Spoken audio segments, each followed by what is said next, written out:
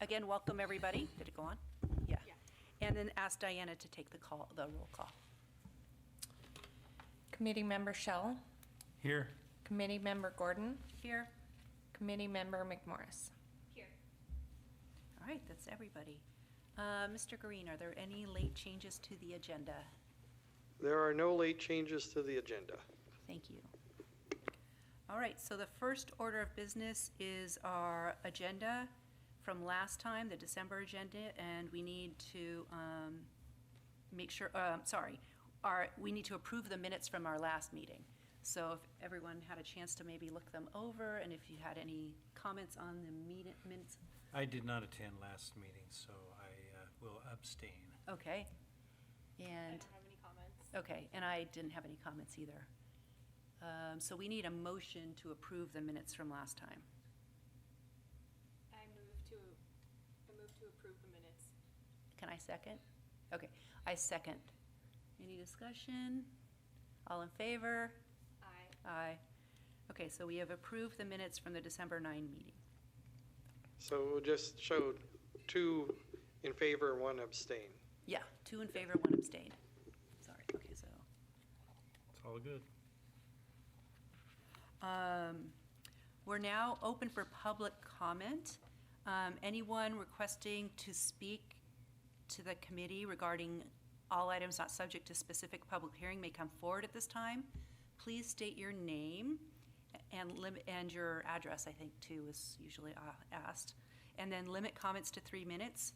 Written comments may be submitted to the clerk prior to the meeting, or you can still hand them up, actually. And just to let you know, the city's kind of relaxed that address policy over the years, so Okay. it's optional now. Okay, all right, you do not have to say your address. But if you want to step to the microphone, one of you, or if each of you, are each of you speaking, or just one of you? Maybe even both of us, I suppose. Okay. She's grown up and moved out of Ridgefield now. But I grew up here. Nice. Are you two related? That's my bonus mom. Yeah. Okay, good, bonus mom. So my name is Deborah Rydell, and my husband. Yeah, I don't think your mic is on. Red light. Now it's on. My name is Deborah Rydell, and I live at 22516 Northwest Cornell Drive in Ridgefield, Washington. Unfortunately, we're not in the city, which means my husband doesn't get to be a part of the Roundabout Committee. He's been denied many times. And then now he's traveling to Canada today, so he doesn't even get to be here to try to represent his Sandhill Cranes art for one of the roundabout ideas. And that's the whole reason that we came today, is to be able to show you his sculpture. He's just a self-made artist, and he thinks that this bigger-than-life statue of our local birds would just be one of the most amazing things to represent our city. And I can show you those. Please, yeah, please do. Yeah. It's heavy. The bronzes are very dense. We don't know the size factor or the price factor, but it's just an option that would be, oh my gosh, sorry. Those are beautiful. So, all hand carved. Wow. His foundry is in Troutdale, Oregon. He has been into wildlife sculpting. That's his most favorite thing, and he does not do abstract. He likes it very realistic. She's the muscles in the family. Why am I carrying this? They look just like the beautiful fellas that fly over our house a million times a day. And what else can you think of? Is there any way to, if I have like a presentation, to put it anywhere? Well, usually if we're going to have a presentation, we schedule that Okay. just for time reasons, but so we could talk about whether that would be possible in the future. Yeah, definitely. If it's just a few slides that you want us to see at some point, you can share those with our secretary, and she can make sure we see them. Okay, yeah. If you don't mind, can I pull it up on my phone just so I have the information to Yeah. talk to you guys about it? And then I'll let Lexi introduce herself. Thanks for listening to me. Okay. So, question, is your husband then, is he a artist by profession, or is it a hobby? He's a businessman by profession. He owns his own construction company called Tradelands Construction, does fixture installation, travels all over the country. And he just got into sculpting about 5 years ago, and he's like this natural. So he's hoping once he retires, this will be his fun part-time thing, and maybe even sell some pieces. But now we have a collection at home. So we're hoping that these beauties, because this is one of our favorite pieces, can be represented somewhat big. Size-wise, how big or, Can you put the size you're not just thinking?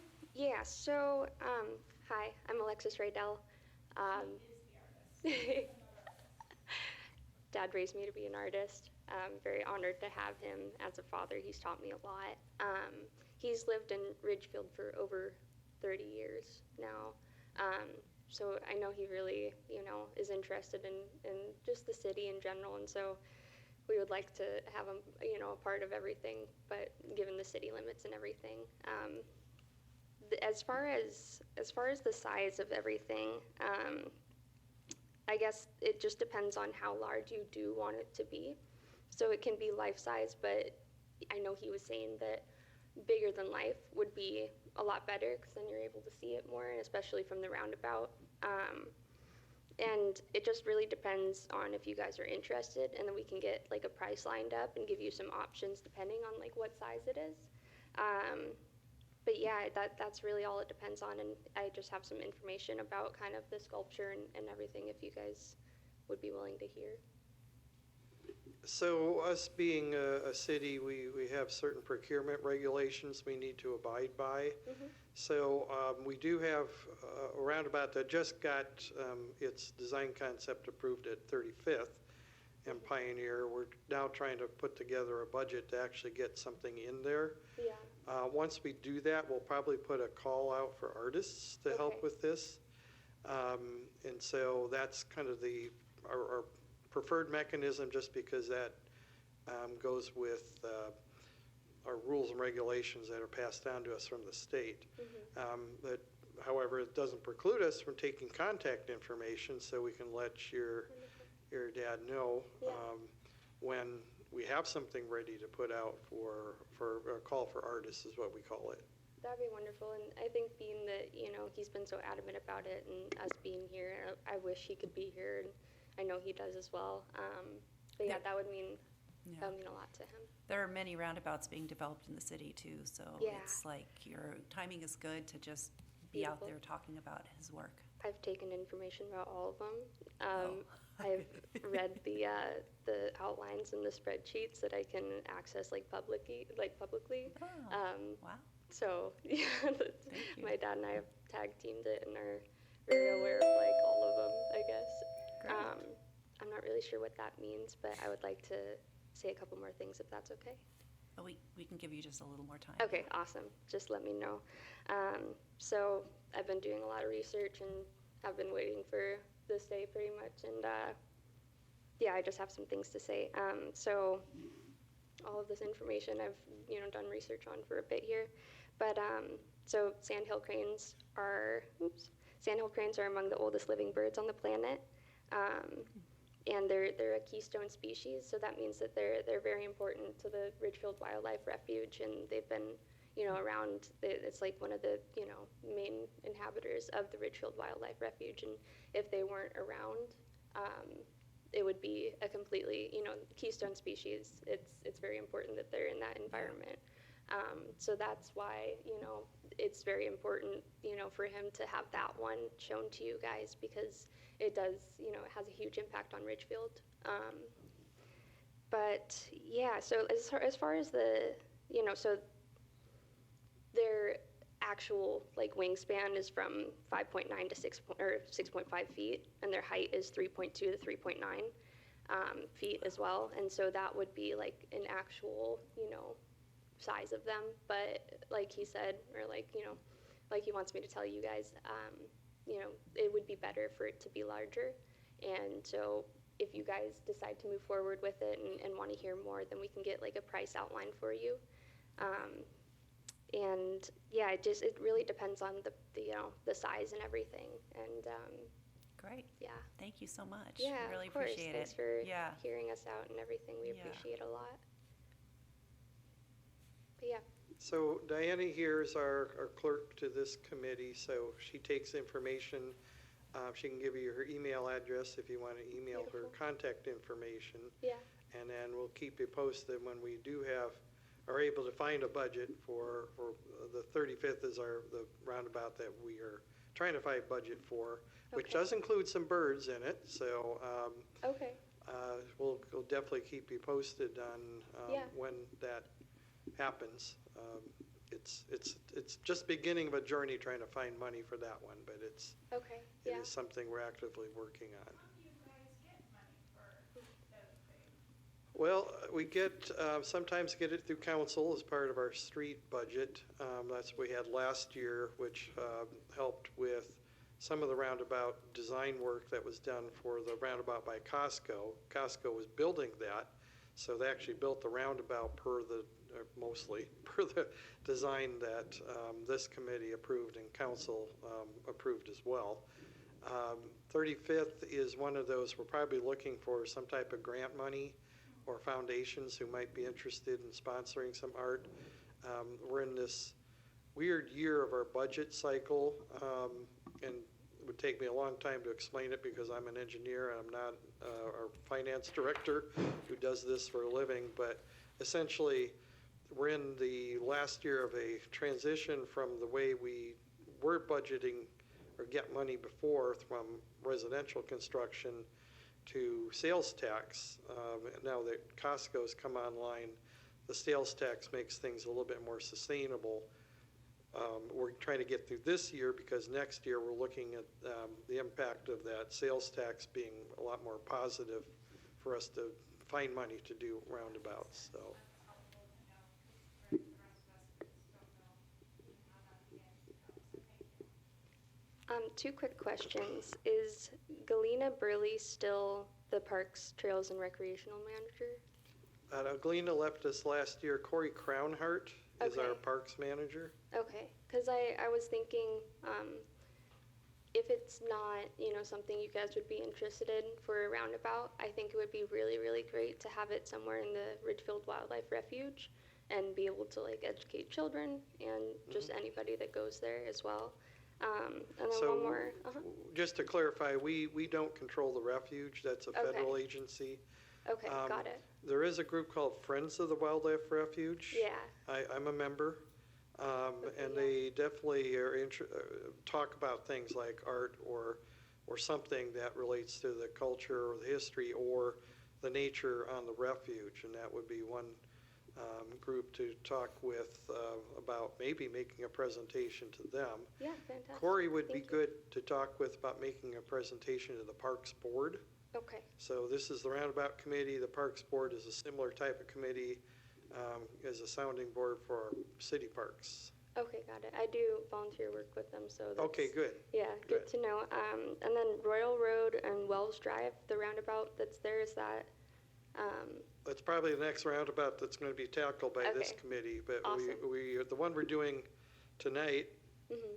is the new one that's going to be built with our Pioneer Widening Project. And we're Okay. trying to do it now because we have a contractor on board.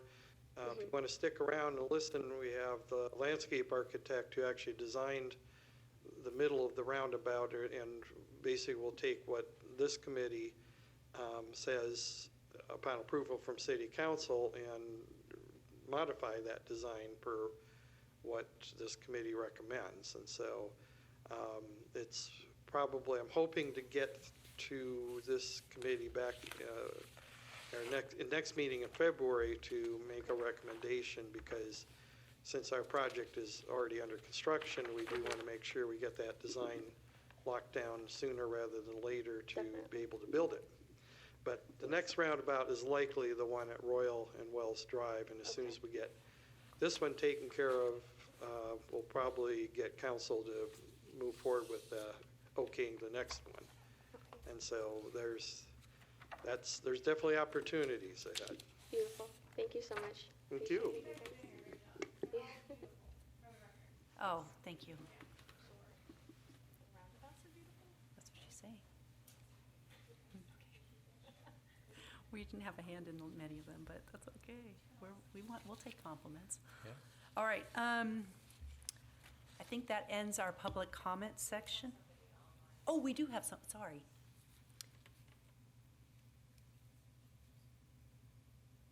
And she has her hand up, great. Hello? Hi, Jeanette. We're ready to hear your public comment. My comment is that it's very hard to hear you guys. The audio is very broken up. It's very hard to follow. So I think there's an issue on your end, and I just wanted to make you aware of it. And that's all. Hopefully it'll get better. Thank you. Thank you.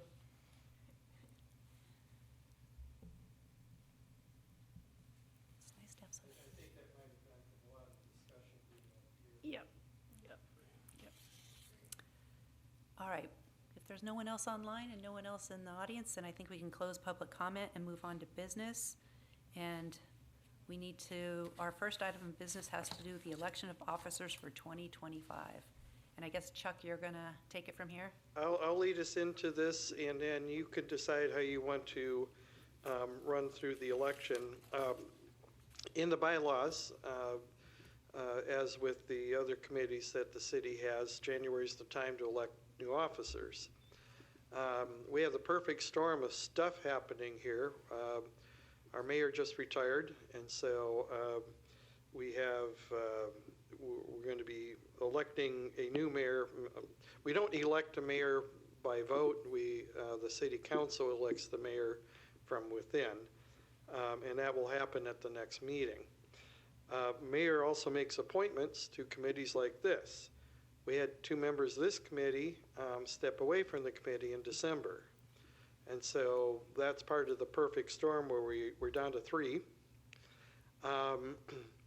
But we, under our bylaws, we need to have officers for this committee elected in January, and this is our one meeting to do so. The process can be, it's a little flexible.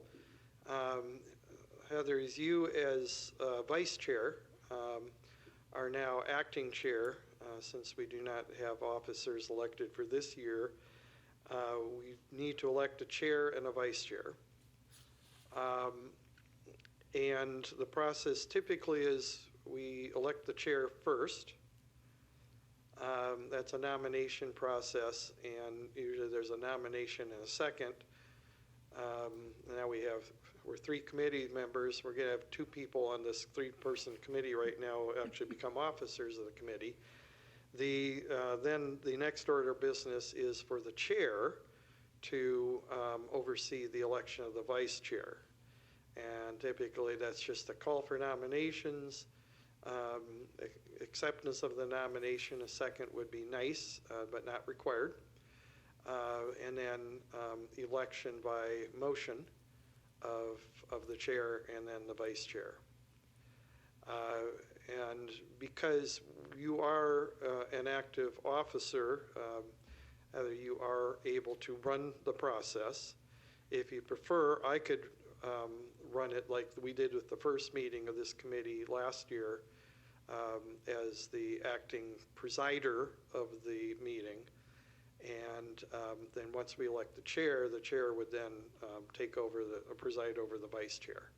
So I'll just kind of put it back to you as to what your preference would be in the process to elect a chair. Okay, Diana gave me a script. I've looked it over. I've got it in front of me. I think I'll give it a go. So we're going to move on to the election of officers. I'm going to read from here. Are there any nominations for the roundabout? Are there any nominations for the Roundabout Committee chair position? If so, would you state your name for the record and your nomination? Before we do that, I have a question.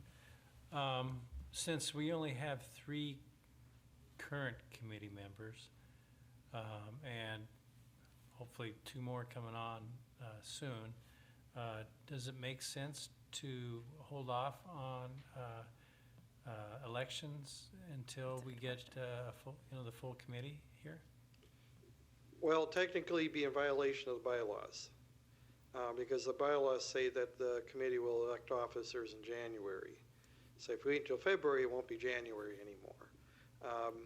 You could conceivably, if I remember my Roberts rules well enough, you could elect a presider, like an acting chair for this meeting, to come back at the next meeting, where you hopefully would have 2 new members.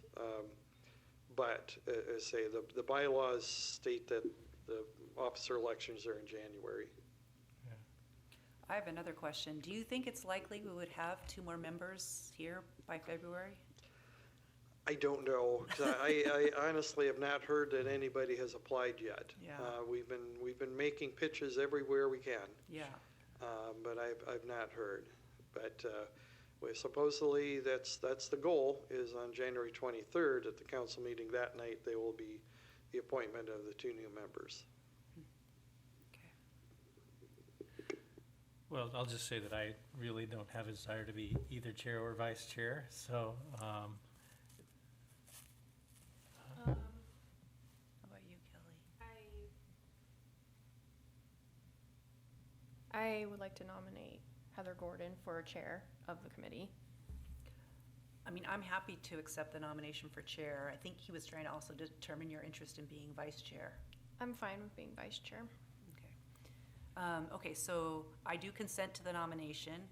I have been nominated for the position of chair. Are there any further nominations? No? Okay. If there's only one nomination, the nomination's closed. Since we have one nomination, may I have a motion and a second to nominate me as the new chair? I second that nomination. What do I say? I think we needed the motion before the second. Oh, I thought she already motioned. Okay. Oh, she did, she You did. can actually move to elect Oh, that's a good idea. the chair. Yes, that's There the we next go. action.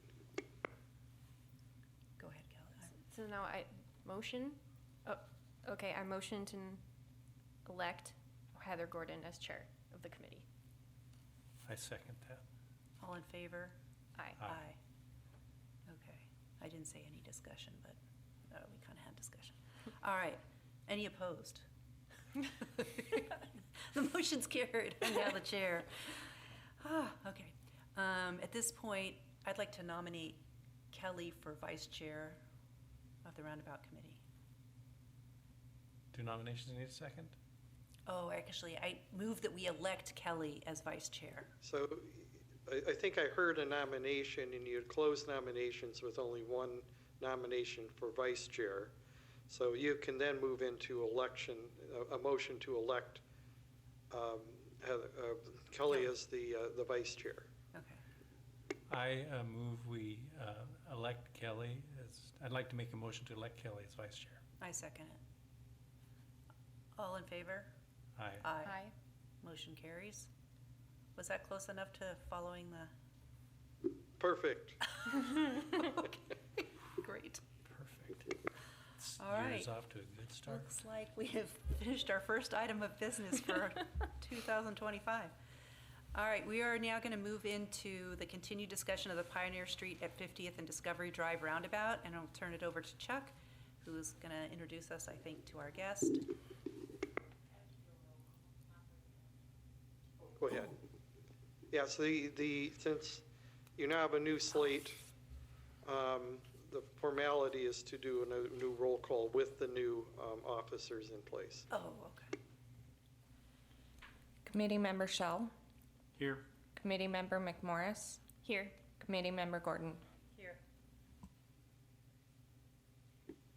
Now I can take it away.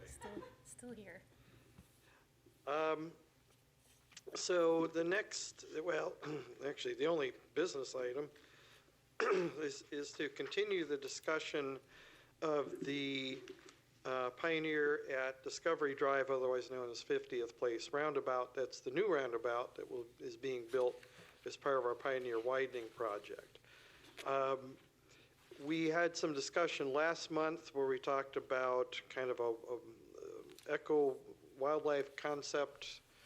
I think Commissioner McMorris, you sent some images to us, So if you want to present that, and then what I'd like to do is turn it over to Jeff Creel, who is a landscape architect with HHPR, and they're our lead engineer, designer on the Pioneer Widening Project.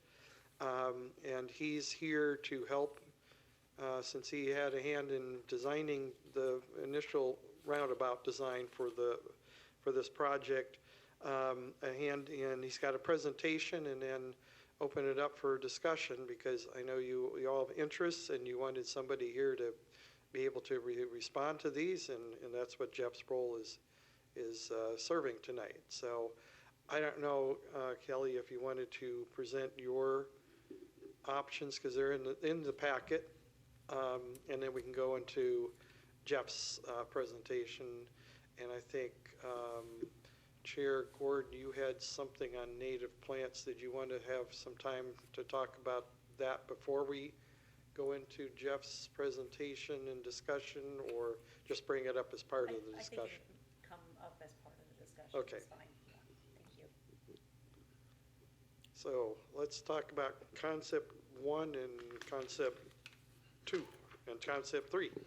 Okay, so I was just trying to think of interesting ways to arrange birdhouses or work birdhouses into our roundabout visually. For this first concept, the birdhouses would be arranged at varying heights, and they would be, facing all, so that no matter where you are on what side of the roundabout, you will always be able to see some birdhouses.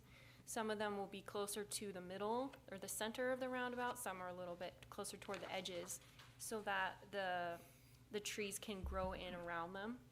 And once the plants are mature, they'll provide some shade and a little more shelter for some of the birdhouses.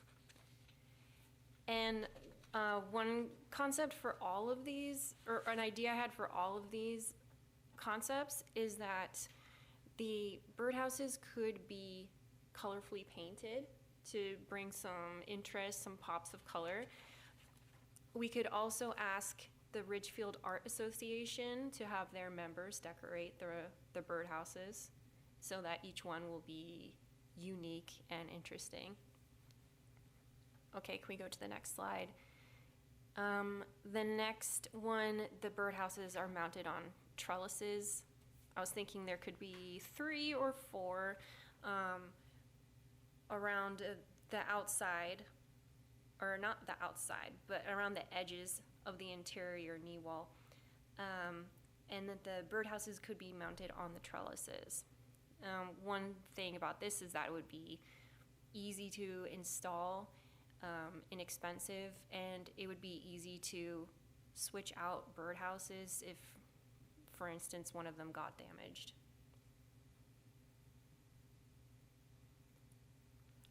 Lastly, the third idea was to have letters on top of the birdhouses that spell out the word Ridgefield as you drive in a circle around the roundabout. They could be at differing heights slightly to just add some interest, and they could also be painted colorfully. This doesn't provide as much shade or shelter to the birdhouses as the first concept does. They're not like nestled into the plants, but it's a little more visually interesting for humans. So yeah, those were my 3 concepts.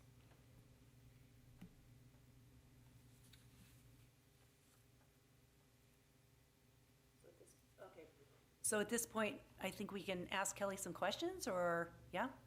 That'd be good to. The chair, so you Okay. you get to decide. But let's talk through these a little bit, and just maybe any questions we might have on the commission about them.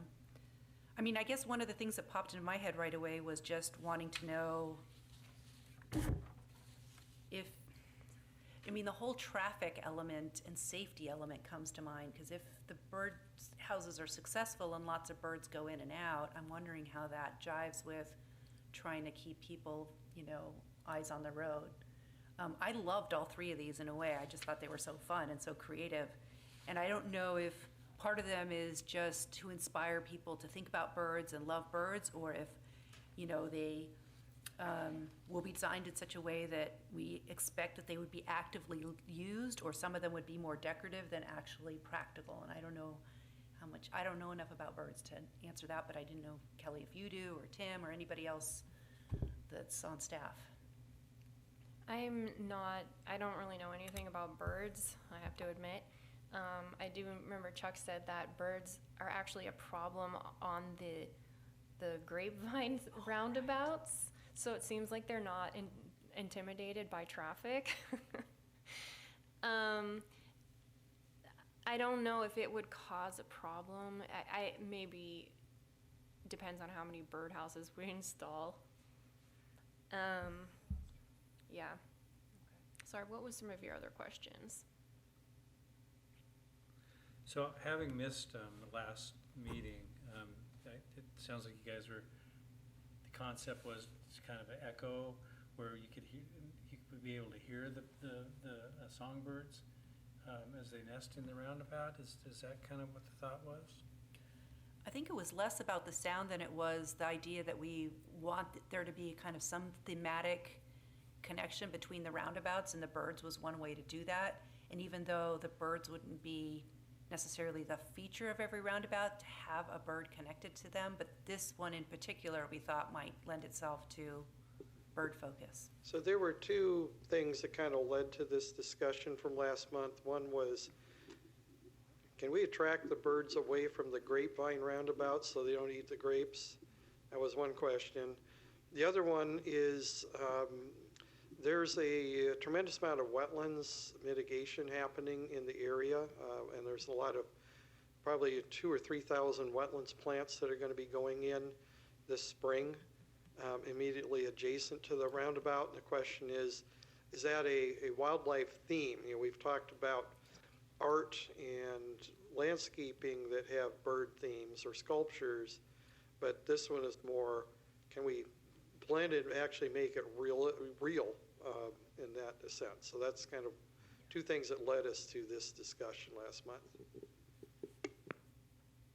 I think it was Kenton who suggested birdhouses last meeting, and we thought it was a good idea because it's easy to install, inexpensive, and it carries the bird theme through.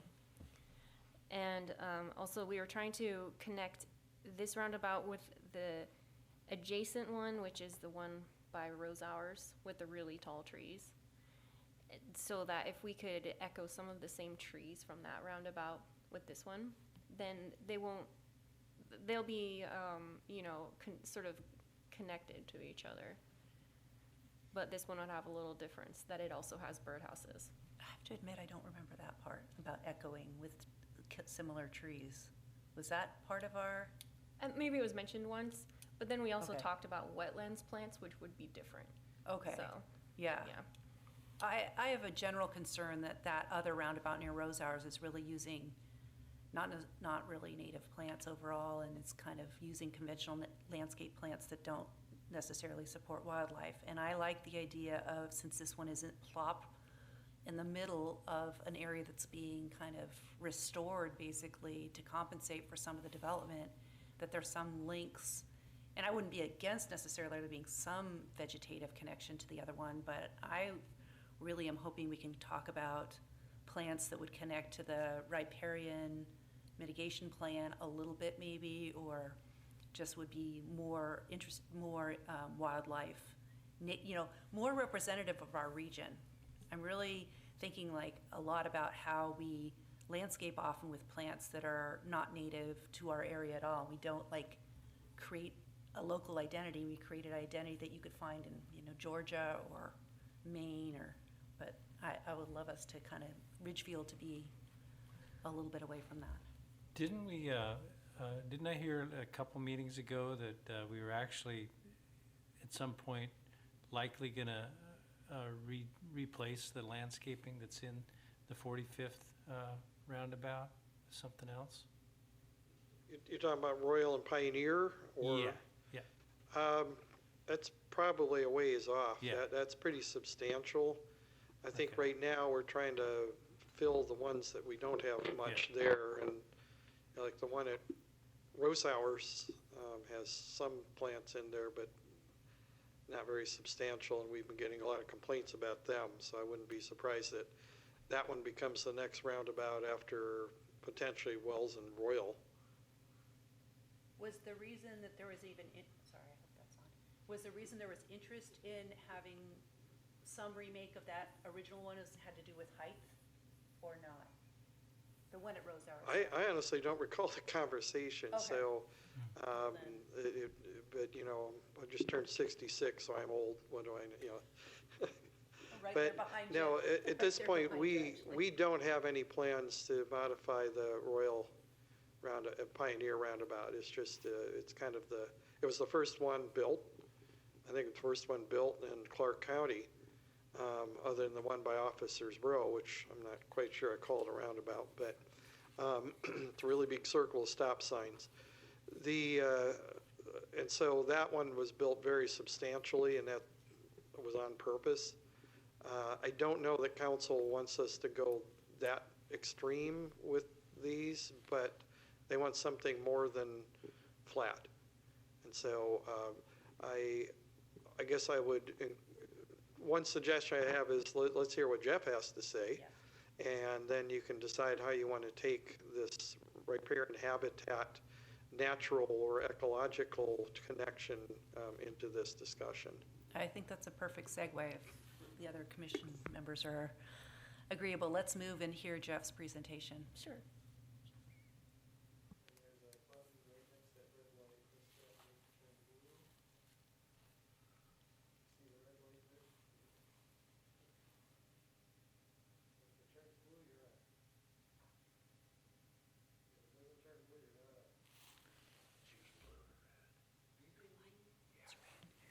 Oh, there we go.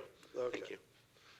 Hi, I'm Jeff Creel with HHPR. I'm a landscape architect. Thank you for having me tonight.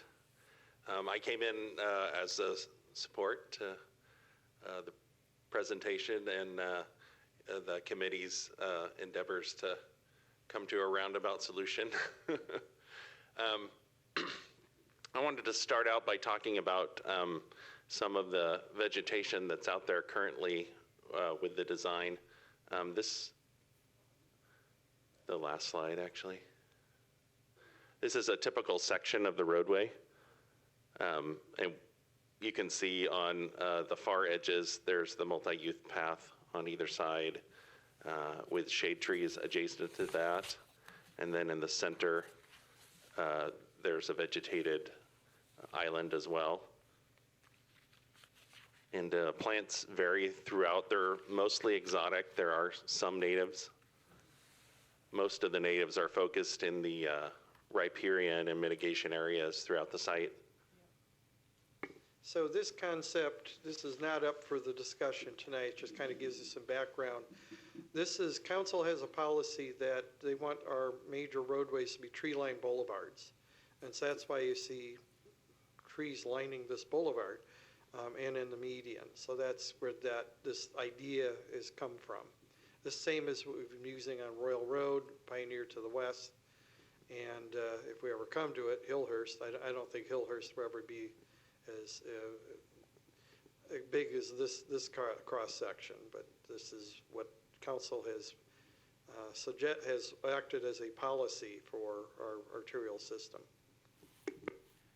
So Jeff, on this, on cross section here, are the trees the same in the median as in the planter strips, just different times a year?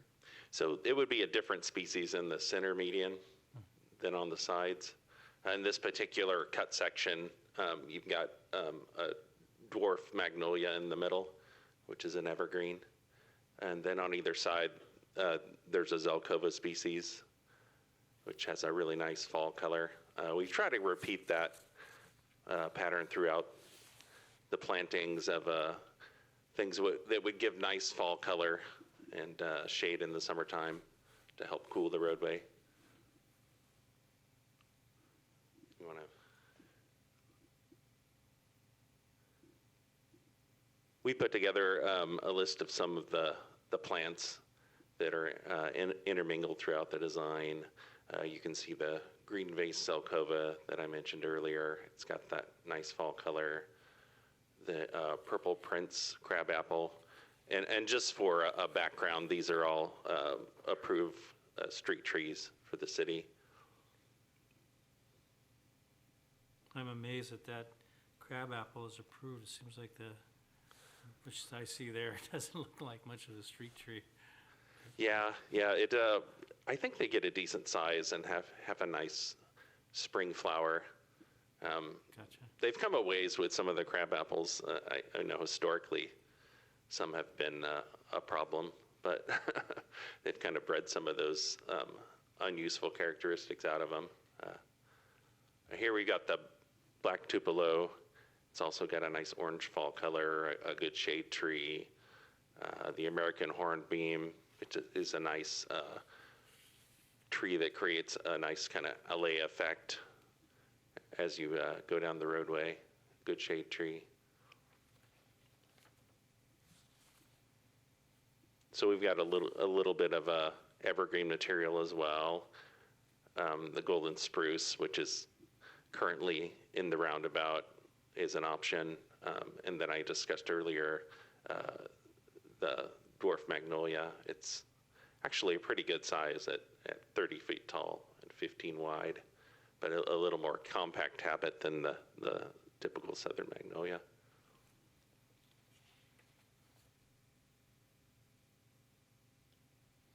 And a few of what we like to call bulletproof plants throughout the areas of heavy vehicular and pedestrian traffic.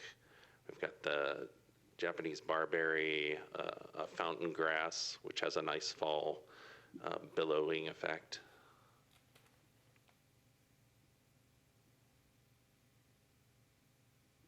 The blue star juniper is a really nice foliage accent. And the blue blossom ceanothus, that's actually a native cultivar.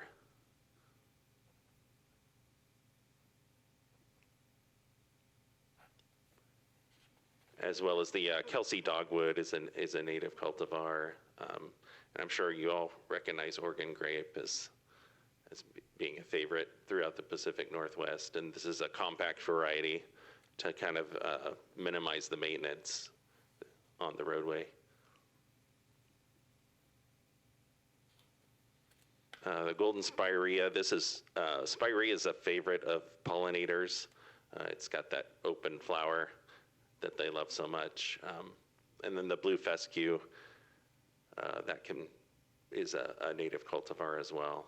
It has a nice blue accent and fairly drought tolerant.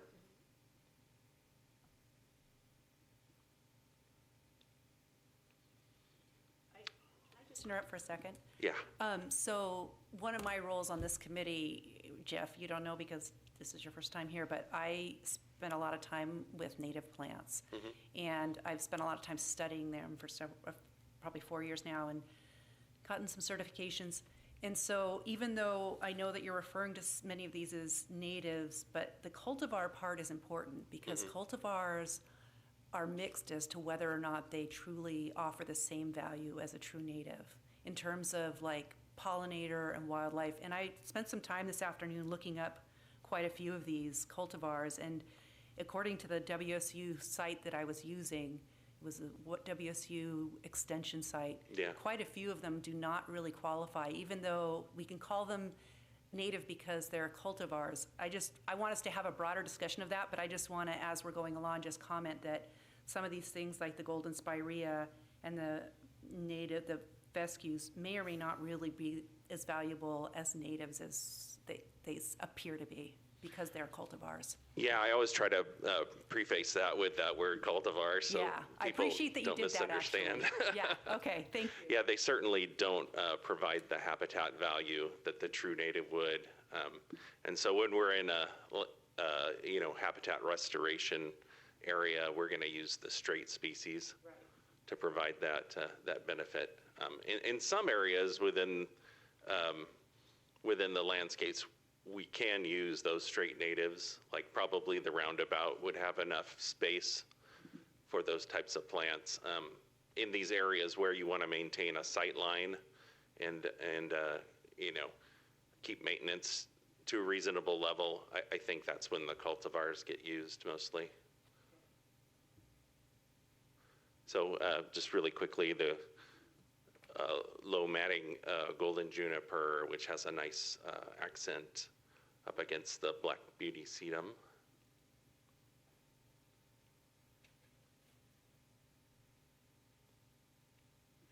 Blue oatgrass is another nice bluegrass accent, as well as the kinnikinnick, another Pacific Northwest favorite.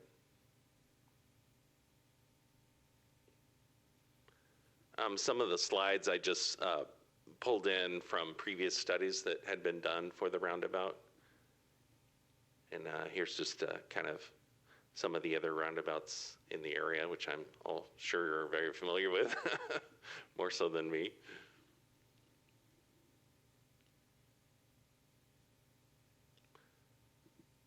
So earlier in the process, if you recall, there were some design concepts that were done.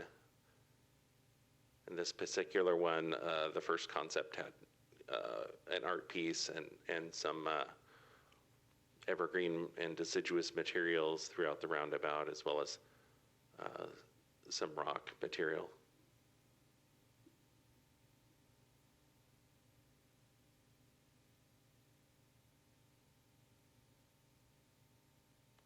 Here's another configuration with various plant materials. There's less of a tree canopy in this version. We did entertain the idea, I guess, here of a mosaic.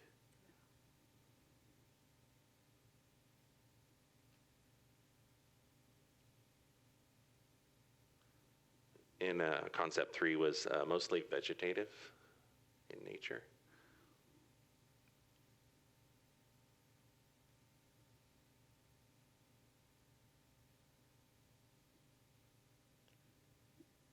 And I used some of the plants from this concept 4 in the current design, which, you know, is obviously something that is we're looking at. And I think there's a lot of room to, you know, mix and match materials, you know, as you guys start to develop a final concept for the roundabout. So what is the difference between this concept 4 and concept 1? I know there is one, but they looked similar somehow to me. This was done several years ago, and I wasn't part of it, so. Oh, okay. I think the layout is very similar. Okay. I think here there was just a little bit more lawn in that bottom part. Okay. I didn't study it super Yeah, closely, but I was this curious. has that too, but I think the ultimate outcome of this one was kind of a mix of vegetation and stone. Mm-hmm. And the big concept kind of being those 3 larger trees.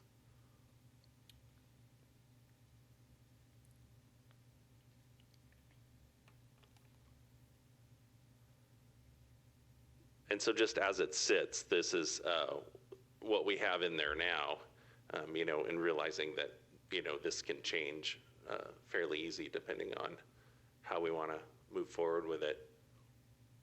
Again, it's a lot of exotics. So I think there are definitely some opportunities to, you know, work some native plant materials into this.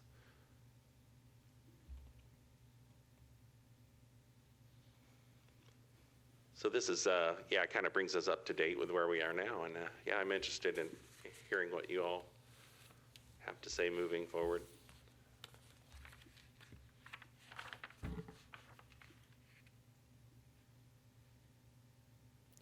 Is anybody ready to comment? I mean, I will comment at some point, but I've already spoken a little bit, so. Do you have any thoughts on the practicality of birdhouses in a roundabout? I think, so I don't know if you're attracting wildlife, or is this more of an artistic expression, or kind of a combination of both? Is that? Yeah, a bit of both. Yeah. I think I've seen some really nice artistic expressions of the birdhouse idea, and each individual birdhouse being kind of its own piece of art almost. I've seen some artists out there doing that kind of genre. I think it's something that could be, an impact visually. I'd want the scale to be probably less of them and a little larger to make an impact. Because with the cars going by, visually, it's going to be difficult to pick up unless it's got a decent scale to it. Thank you. You're welcome. Yeah. Chuck, do you have any reactions about the whole safety for drivers aspect of the birdhouse concept? I actually spent some time trying to research to see if anybody in this country has put birdhouses in the middle of roundabouts, and I could not find anything. There's birdhouses in parks. If you go to, I mentioned last time, Bickleton, of all places, is the bluebird capital of the world, and they have bluebird houses along the streets or the roadways leading into town. And it's they're on fence posts next to the roadway. I'm not aware that they caused any issues. But the only thing, I could not find anything in the middle of roundabouts. I think my concern would be having too many and having flocks of birds, like, swifts come in and take them over. That's a distraction. The other thing would be the maintenance aspect of what birds leave behind when they leave. But I don't know. I don't know how to, I can't find any precedent for that. But I would say if you're trying to incorporate this as to more of an ecological mix, maybe incorporating 2 or 3 birdhouses into something, because I noticed there's a pollinators discussion, and we've talked about that before with the committee. Working into a mix, I think could work that way. Yeah. I do know that birdhouses, depending on the design of the opening, will allow certain kinds of birds to nest or not nest. It's not like every birdhouse will work for every kind of bird. So if you make the hole small enough, certain kinds of birds can't get in. But yeah. Well, just to go to the plantings aspect of it, I did spend some time on the plants this afternoon. I shared a document with Chuck and Diana this afternoon, and it kind of summarized, what I did was I resurrected a list of native plants that we used when we worked with Costco Roundabout, kind of on a redesign that included more natives. And my knowledge has expanded since then, so the list is a little more revised. And not everything would work equally well, but if we were trying to go for Roundabout as having a lot of kind of what I'm going to call contributor plants that would support pollinators and birds and kind of connect maybe with a riparian zone right there, I would really recommend a much stronger proportion of true native plants of different varieties. I love the idea that one of the plans might include a big oak. They do take a long time to grow big, but I have one at my house that's actually shot up pretty quickly. It was planted by a bird, and I'm just really happy about that. But there are other plants that would grow near to an oak or shrubby kinds of natives that could work. I went through, I guess is it your same company that did the riparian buffer contingency? Yeah, we work with environmental specialists. So some of the plants that are listed as for that mitigation plan are plants that you could potentially, a couple of them anyway, you could echo in or roundabout.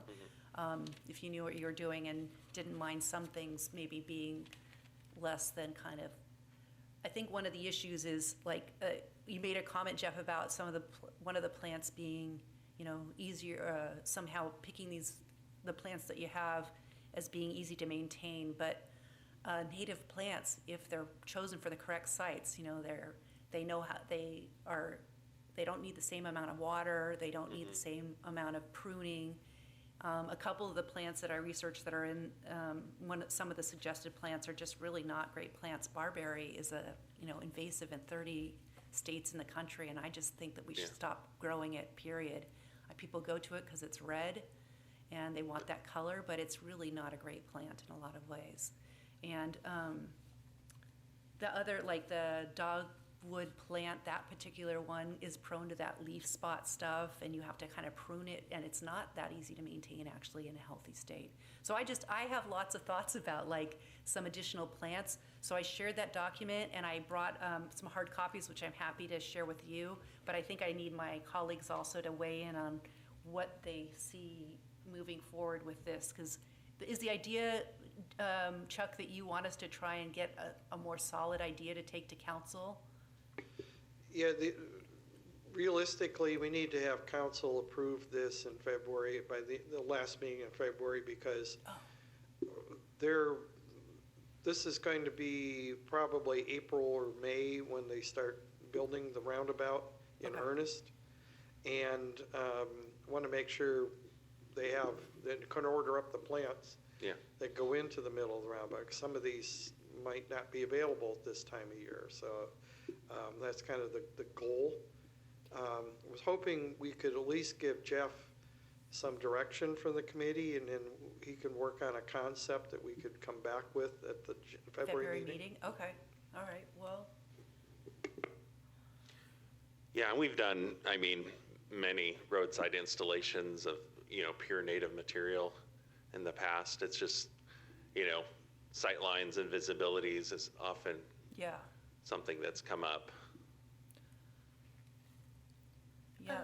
So, I'm sorry. Are we deciding what we want in the roundabout, or are we making recommendations to you, and then you will come back next month and we talk about it? So the roundabout committee's charge is to make recommendations of what goes in the middle of these roundabouts. Right. Your recommendations go to council. We have technical expertise, which is what we've always tried to have with this, on hand, because Jeff's very familiar with this project.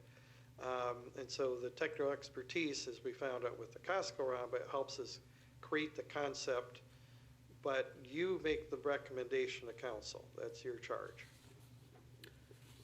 I have a question for Jeff. Of the three concepts, if we were to want to continue with the idea of the birdhouses, is there certain of those concepts wouldn't be as effective, I don't think. Is that true? Yeah, I think that, some of the ones with the larger trees would kind of obstruct the visibilities of the birdhouse, maybe. That's the only affect impediment I could visibility see. of the But birdhouses? yeah. Is So that what you're okay. referring to, or? Well, I was thinking the birdhouses needed trees to be in, or trees nearby so the birds could perch. So I was actually thinking the ones with more okay. height would be more beneficial to the birdhouse concept, but I'm not sure. So I was thinking of the freestanding one exhibit that I saw earlier, I guess, when I referenced that. But in general, large trees would work for birds. Yeah, yeah. And there are definitely some viable native, trees that could fill that role for sure. What native trees do you think might fill that role? I was looking at like cascara. That's what I was going to say, yeah. Oh, okay. What Yeah. about like nine bark? Would that also be a candidate, or is that too shrubby sometimes? It's a more shrubby, I believe. It could get up to 15 feet, in Yeah. an ideal Yeah. situation, but I don't really think of it as a tree as much as a large Yeah. shrub. But the cascara could potentially. That seems to work well in urban environments. The other one we asked for and got in the Costco roundabout was a strawberry tree, which isn't technically native, Yeah. but it's so native friendly because of its support for pollinators and stuff, and it is evergreen and. Yeah. Yeah. I've used like little leaf linden as a good one for pollinators. Okay. We also used incense cedars in the Costco roundabout Okay. for evergreen, and because they're native to the West Coast, if not specifically this area. and they're more drought tolerant. I'm wondering if the three big trees are deciduous. Will they provide enough blockage of the line of sight that we want from roundabouts in the winter? Yeah, I would, the deciduous material would not provide in the winter as much of a barrier, if that's what your, intention is. Yeah, we're supposed to have to block the line of sight to keep people from driving straight through. So do you think maybe an evergreen, if we wanted to have just a couple large trees, like in the designs, maybe an evergreen would be preferable?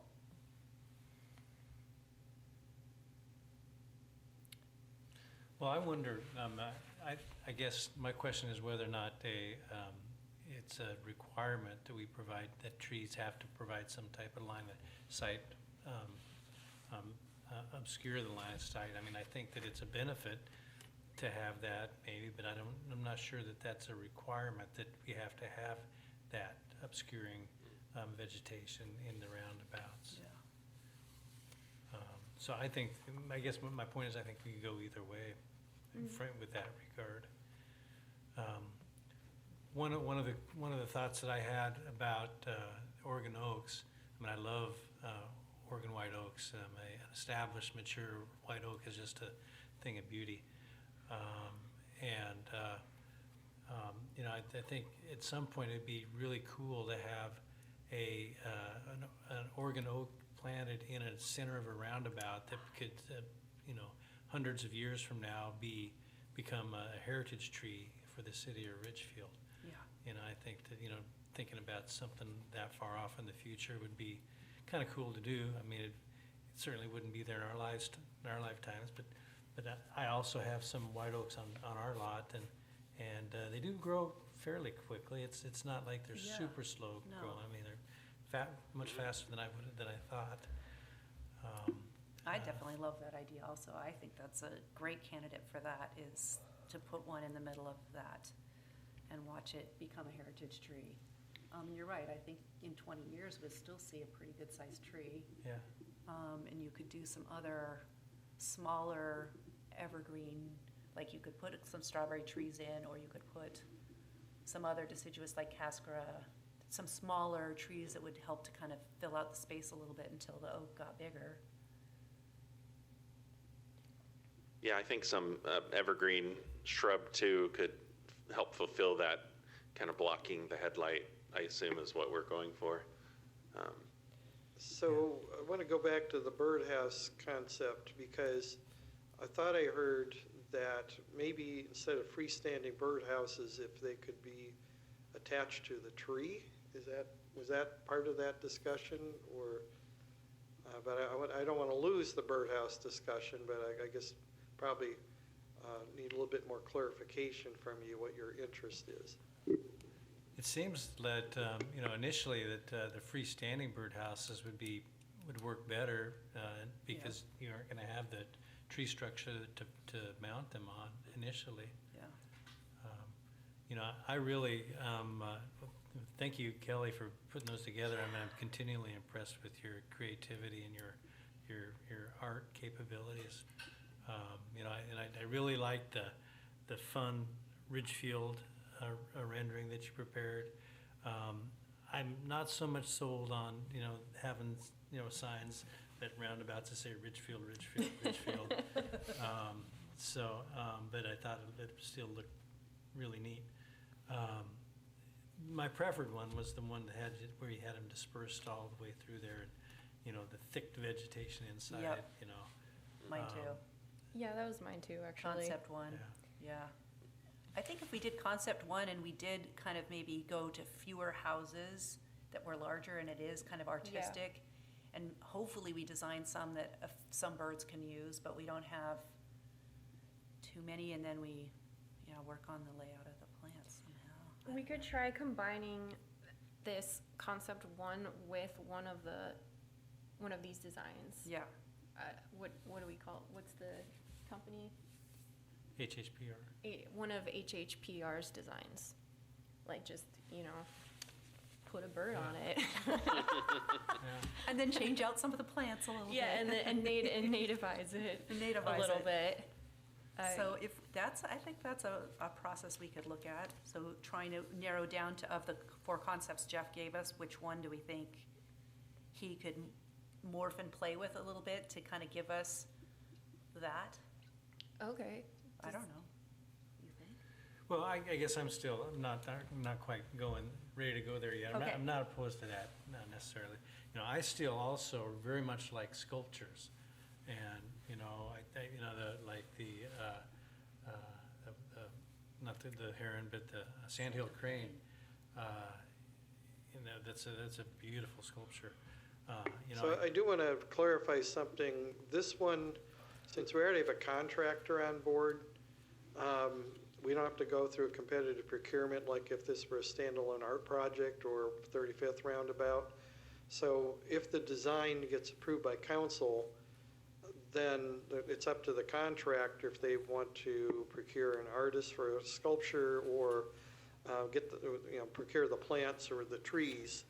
It'd be up to our contractor to do that. We don't have to go through the city's procurement requirements at that point. In other words, this council will kind of sign off on it, and then it's up to the contractor to do the rest of the work, legwork and stuff? Is that what you're saying? Yes, so if you say, all right, I heard the term sculpture, I know Yeah. that this concept has a sculpture as part of it. But what will happen is once council makes their final decision, it's back to HHPR to finalize the design and then hand that design to the contractor to go out and make it so. Some things so again, they don't have to competitively procure the art components. They actually will be tasked to go out and build it, you know, find somebody to put it in or go out and buy it to put it in. But we can still specify the kind of art that we prefer? Is that true, or? Yes, Yeah, okay. as specific as you can get will help council. Okay. And council, just to give you another kind of a sidewall that they are, a sideboard that they put on it, they ask that it just not be too busy of a roundabout. In other words, don't put a lot of stuff in it and get people looking at it instead of driving. Yeah.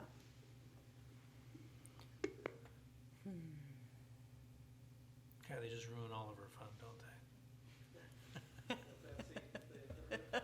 I know. Oh, geez. So, but anyway, so I mean, I really appreciate that you coming in here and showing the sculpture. I'm not sure that this is the one, it may or may not be, but certainly there's, you know, sculptures are gonna be in our route, that's at some points, I believe. Some of the other, I'll go through these, and I made some comments on the different alternatives here. One had to do with the colored concrete, and this one was the one that I was looking at Royal Road and Third Way. And I'm talking about the colored concrete and the apron around the roundabouts. When I drive by that one, I look at that concrete, I'm like, what, you know, it's just not a very good color, I didn't think. I mean, it's there, so this Yeah. is, you know, That's the one that's right kind of as you leave Rose Hours, right? no, this is the one that's down by, further south on Royal. Oh, at 35th, Third. Yeah, Wells, maybe. It's the one, you know, there's the one at At 15th, is that where it's? Pioneer, then there's Rosars, and then it's the one that's a little bit further south. Oh, than that. so it's the Yeah, one that goes to my in house. looking there, it'd be in the upper right-hand corner, I think. Yeah, that's maybe 15th. Yeah, I thought it was 15. Yeah, okay. Yeah. That's the one that goes to my house. Yeah, it doesn't have the one at Royal and Wells Drive. Yeah. That's, So that's the one at 15. our standard is typically the red stamped concrete.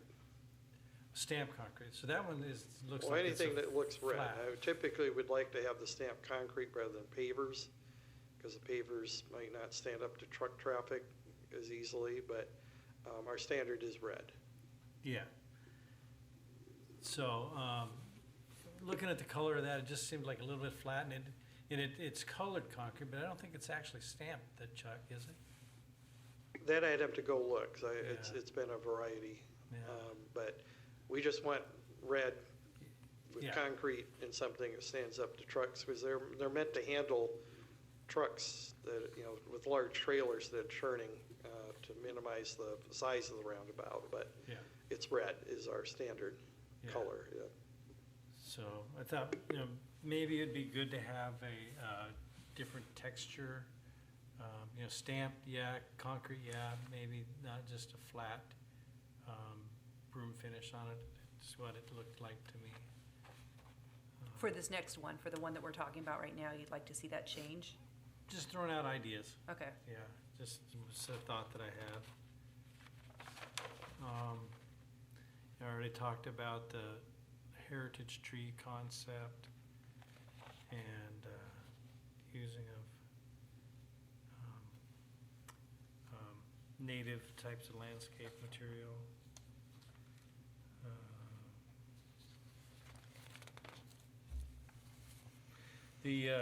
When I looked at the mosaic work that they were doing on, it would have been on concept number 2. I guess my initial thought on that was, boy, that's really detailed for a roundabout that people are gonna be driving by. And I questioned whether or not that would really be getting enough, bang for the buck. I could see that being pretty expensive Yeah. to construct, and, maybe most people wouldn't really even recognize it. But then, as you kind of stand back and look at the different colors and the plants they did on it, well, maybe so, I don't know. So that was just kind of a question that I had. I would not do a fancy knee wall because cars are gonna hit it. And I would just hate to see a beautiful mosaic like that take a beating. Yeah, Yeah, I agree. An idea I'm having right now is, since you both seem interested in the idea of a white oak heritage tree, if we want something like that to stick around for 100 years, then it really needs to be protected from cars. So maybe doing a 2-tiered roundabout like we just did for 35th, where there's the knee wall and then a smaller secondary wall, and then the heritage tree right in the middle, just so that it's like extra protected from collisions. And maybe some extra boulders too. that's a good idea, yeah.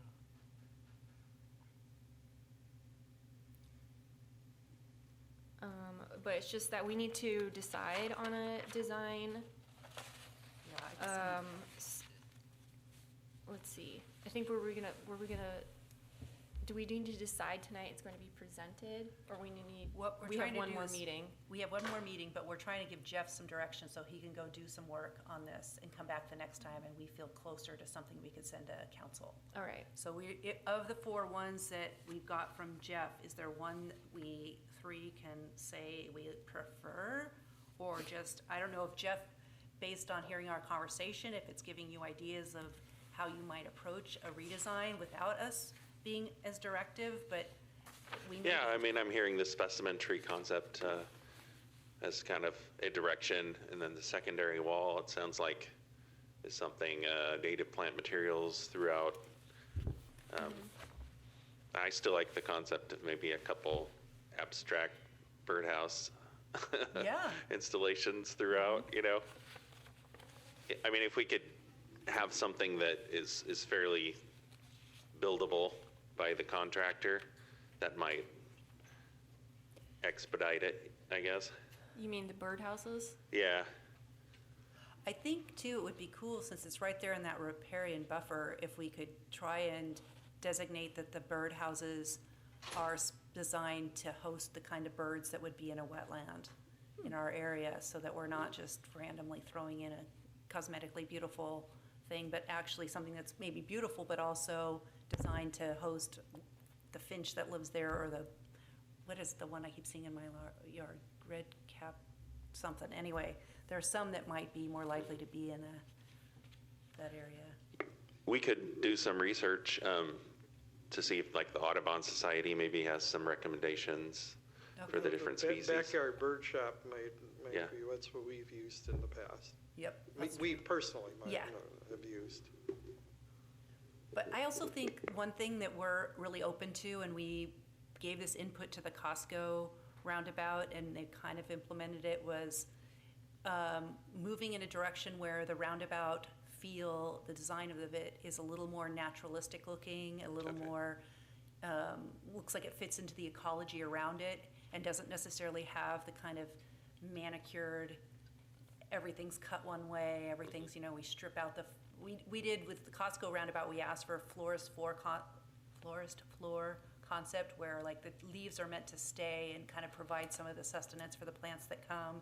So to the extent that, I don't know, like Tim and Kelly can maybe say, slow down, Heather, but that would be my advice too, is just to kind of make it so it fits in with that riparian zone a little bit. Maybe the Douglas spirea that they're gonna put in the riparian zone could also be echoed in there.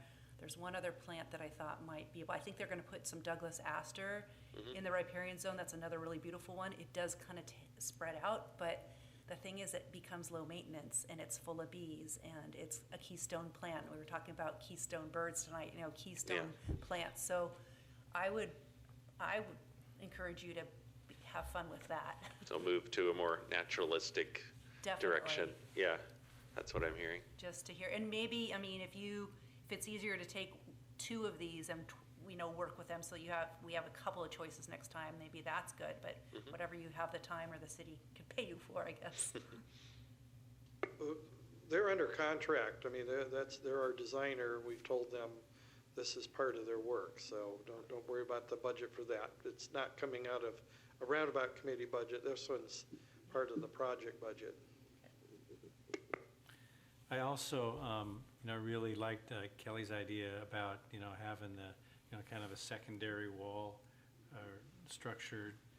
We have the knee wall in the exterior circle, and then a secondary one in the internal to protect that heritage tree, that investment we're going to make in future generations. My only comment about that, and I don't know what you guys think about this, but I was wondering if some of the boulders could be large enough to create that, instead of having a true wall, because then I start to think of the one that's at Royal and Pioneer, and it's not as naturalistic to me. One of the plans actually has like sort of stacked boulders Yep. in it. Mm-hmm. Although I think it's like asymmetrical, they're on one side. So that could be a good starting place for that. Yeah. Have kind of a natural boulder mound. Mm-hmm. Although I do know that boulders are expensive. So I guess I also, as I said that, I was thinking like, okay, what about the root structure for an oak? That's what I'm a little You concerned gotta about, yeah. give some, give it room, and a couple of walls might restrict that too much. Yeah, I know they do have large tap roots, so they go down pretty deep. Yeah, they do. Okay. Do we, go ahead. Do you think there'd be enough room in that roundabout for a white oak? Definitely. The size might be restricted over time. But, Other plants would probably get eased out is what would happen too, Yeah. don't you think? Because they get shaded out, but that's like 100 years from now. We'll all be dead. Yeah, it's like you were saying, kind of a succession planting, Yeah, exactly. It's like you're That's what starting I'm with one thinking. thing and you end Succession with planting. something else, yeah. Yep, exactly. Sorry, okay, what were you gonna say? I was wondering if there's already plans in place for like what kind of irrigation or electricity, and if, depending on, we haven't talked about anything requiring electricity so far, and that's fine with me. Not everything has to be illuminated. I don't know, or maybe it does. So I'm curious about that aspect of the design. Yeah, this roundabout has both irrigation and electricity Okay, extended to it. okay. We just don't have anything powered in this current design. Yeah, I like it that way, but I don't know if there's thoughts on the group that we should be having something that has to be illuminated. And the irrigation, if we truly go in the native plant direction, it could be phased out after 2 or 3 years because Sure. the things would adapt and be happy there. Based on what I've saw at other roundabouts, I'm now of the opinion that if we don't need to have lighting in the roundabout, accent lighting, if there's something we wanted to light in there, perhaps, but, not street lighting. Yeah. The lighting circuit we have in there is not for street lights. Yeah. It's for accent lighting. And if you choose not to have anything lit up now, we'll still have it stubbed in, so in the Yeah. Yeah. future, if somebody wants to put something in, we can. Yeah. All right, well, I'm looking, do we have any other inputs for Jeff about, something he's gonna work on and bring back to us? Jeff, do you need more from us at this point? I think I have a pretty good direction. Yeah, could at least come up with a couple concepts for the next meeting. Okay, Yeah. great. Looking for my agenda. All right, well, if there's no more discussion around this, Chuck, do you feel like we did what we needed to do on that topic? Yeah, if you want to. I just turned myself off. So there we go. So I just want to summarize what I thought I heard. Okay, So you wanted some type of a heritage tree in the middle. Need to make sure it can get established, but not have a root system that's going to intrude in a wall or intrude into the road. yeah, oaks go straight down, If they go straight down, that's pretty not much, a so problem. that should be, it could be correct. But what could be a problem is we got a sewer line and we're gonna have a water line going through the middle of that roundabout. Sewer line goes around it, Chuck. The what? Sewer line Yeah. has gotten moved? I Okay. have personal knowledge that the sewer line does not go through the middle of the roundabout. All right, It goes but around. we have a water line that will.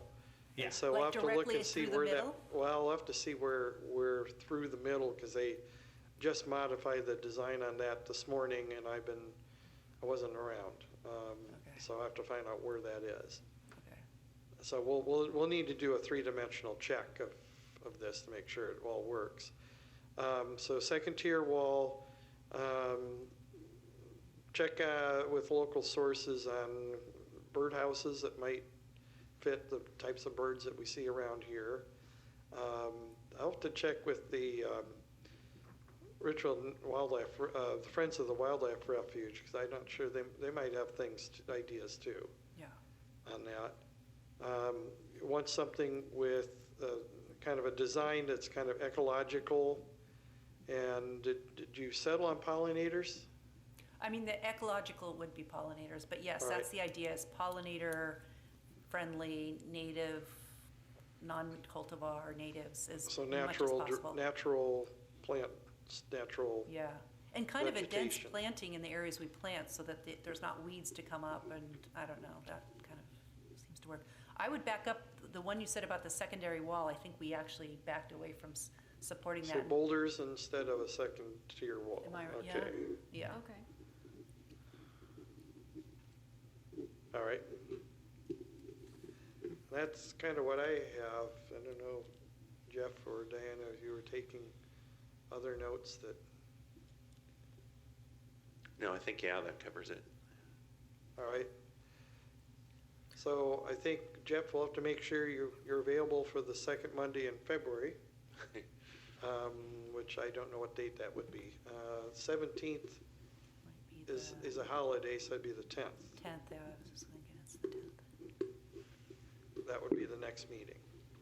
And that, hopefully, we had enough of a agreement and recommendation out of that, that if there's anything that we need Jeff to kind of modify in the concept, he can do so with direction before it gets to council. Yeah, and if, are we able to see what he's gonna present maybe a few days ahead of time, so we can start to kind of go over it?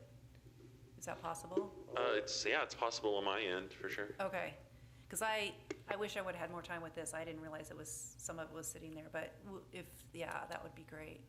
Yeah, all of this work was done years ago as, Okay, I think, for the survey that okay, they put together, okay. just to get some public input. So when you get a link, do you get a link to the full packet or just the agenda? That didn't happen this time. What we got All right. was, well, at least, I don't know what you guys saw. I thought what we got was just an attachment, which was the agenda. And I didn't see this until I went to review the meeting notes from last time, and then I'm like, Okay. oh my gosh, there's all these other documents to look at. I actually emailed Diana and asked her if I could get the link to the packet, and the packet doesn't come out until Friday before the meeting. Yeah, I think we got a little delayed last week, but we tried to have it ready, a few days, ideally a week, but a few days before. This one just, it took a while to put together, so we'll make sure we have that full packet link available to you in advance, more than just Thursday or Friday. Okay, that'd be great. All right, well, if we're done with that item of business, then we can move on to staff reports. I have no staff reports. There are no staff reports. Does the committee have any additional business to share? I would say then our meeting can be adjourned. Thank you, everybody. Smack that gavel. Oh.